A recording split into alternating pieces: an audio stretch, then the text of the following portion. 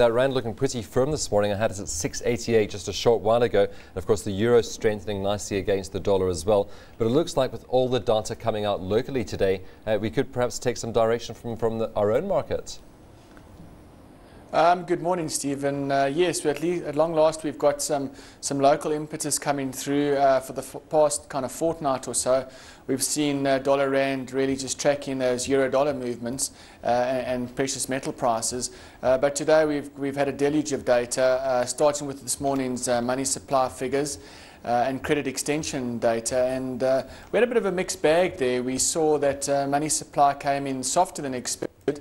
But credit extension came out slightly higher than expected, and it showed that we've seen improvements in both the corporate space as well as on the housing front. So it looks as though people are coming back and borrowing slowly but surely. But I still don't think that growth rate is really strong enough at around 6% year on year to justify any urgent need for Reserve Bank tightening. At this stage, I think the Reserve Bank has the leeway to keep rates on hold for some time, and I think this morning's monetary data really supports that view. Well, let's take a look forward to that growth figure coming out. I think it's 11:30 this morning. We had 4.4% growth in the fourth quarter of last year, and it looks like the market is looking for a little bit of moderation in that.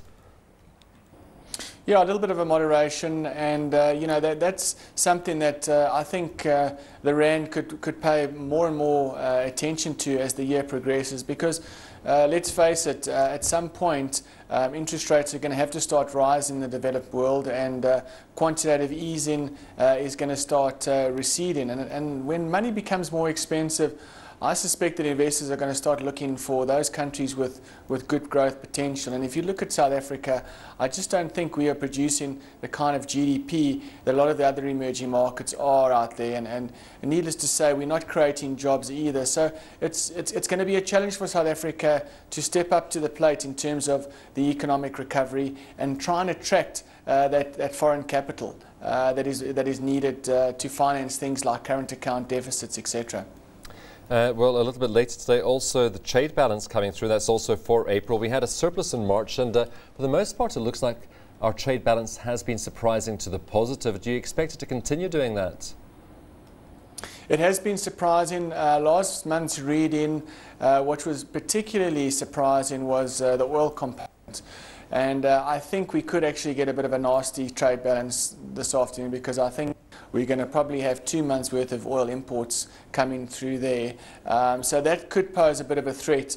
And of course, you know, if the trade balance does start to deteriorate, and we also see corporates starting to pay more dividends to non-residents, then almost certainly we're going to see a deterioration in the overall current account of South Africa, and as I said a bit earlier, that doesn't bode well for the rand on a fundamental basis. So we'll be looking at this trade figure very closely, because we need to see whether or not the time, as you said, we've had some very encouraging trade surplus figures, but I don't think that trend is going to continue for much longer. Well, putting all that data together, what would you expect the likely impact to be on the rand today? Well, I think the rand is exhibiting definitely a firmer bias this morning. We've seen Asian markets opening up a bit firmer. A lot of maybe jostling for position ahead of that Massmart Wal-mart Tribunal result. So we'll be looking at that. And of course, there's also a lot of data, as we've already discussed. So I think we probably could get some firm direction from today's data. And then, of course, as the week progresses, we're going to continue to keep a close eye on what's happening in Europe and in terms of the sovereign debt crisis. We need to see Greece get in the next installment of its bailout package. If that doesn't materialize, or there's some more nervousness surrounding the Greece debt situation, then we could very well see that euro starting to retreat again, and that will almost certainly result in renewed rand weakness. In the meantime, we also had news this morning that Cyprus was downgraded by Fitch from AA- to A-, so it looks like this isn't the end of the story yet for other countries either.